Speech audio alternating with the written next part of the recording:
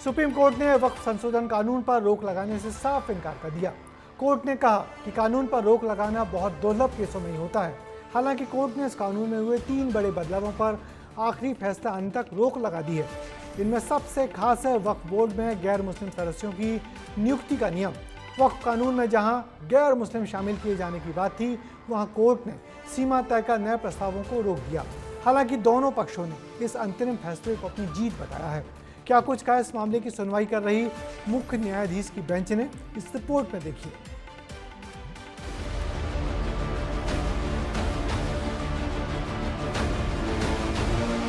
पक्ष में 288, विपक्ष में 232। The bill is passed.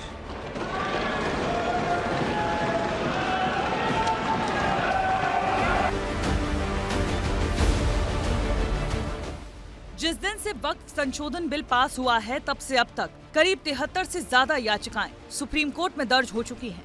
AIMIM chief से लेकर कांग्रेस के सांसदों तक सभी ने सुप्रीम कोर्ट में चैलेंज किया। कोर्ट में महीनों सुनवाई हुई और आखिरकार 15 सितंबर 2025 को फैसला आया। सबसे बड़ी बात तो यह है कि इस पूरे कानून पर रोक नहीं लगाई गई है। सुप्रीम कोर्ट में वक्फ संशोधन बिल पर हुई सुनवाई के दौरान क्या कुछ हुआ, आपको वो बताते हैं। पूरे कानून को रोकने का कोई आधार नहीं है। 5 साल तक मुस्लिम धर्म पालन करने वाला प्रावधान रोक दिया गया है। कलेक्टर को अधिकार पर रोक लगाई गई है। गैर मुस्लिम सदस्यों की सीमा तय कर दी गई है। मुस्लिम व्यक्ति को CEO नियुक्त करने पर भी सुझाव दिया गया है।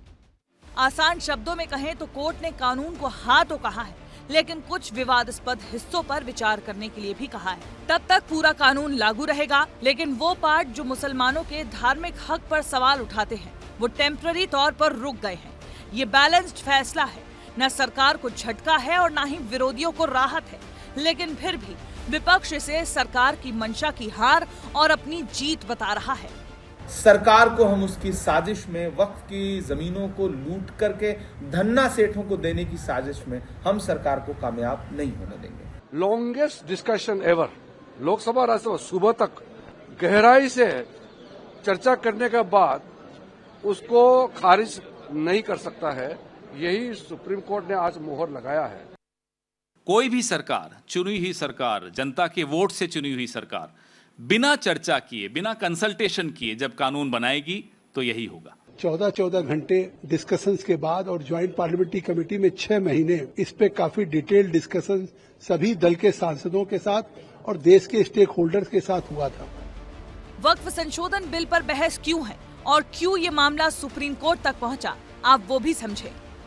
सरकार वक्फ संशोधन बिल लेकर आई। सरकार ने दावा किया कि मुसलमानों की धार्मिक और चैरिटी वाली जमीन इससे मैनेज होगी, लेकिन विपक्ष ने दावा किया कि ये मुसलमानों की संपत्ति पर कब्जा करने की साजिश है। इसीलिए वक्फ को लेकर समय समय पर विरोध देखा गया। नेताओं का काली पट्टी वाला विरोध हो या फिर काली पट्टी वाली अलविदा जुमे की नमाज हो, विपक्ष से लेकर मुस्लिम पक्ष तक सब एक सुर में इसका विरोध जताते रहे हैं। लेकिन कोर्ट ने आखिरकार इस मामले में बड़ा फैसला सुनाया।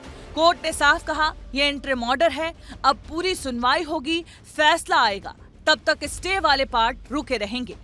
अंतरिम आदेश को लेकर के पक्ष और विपक्ष दोनों गदगद दिखाई दे रहे हैं और दोनों इसे न्याय का रास्ता बता रहे हैं।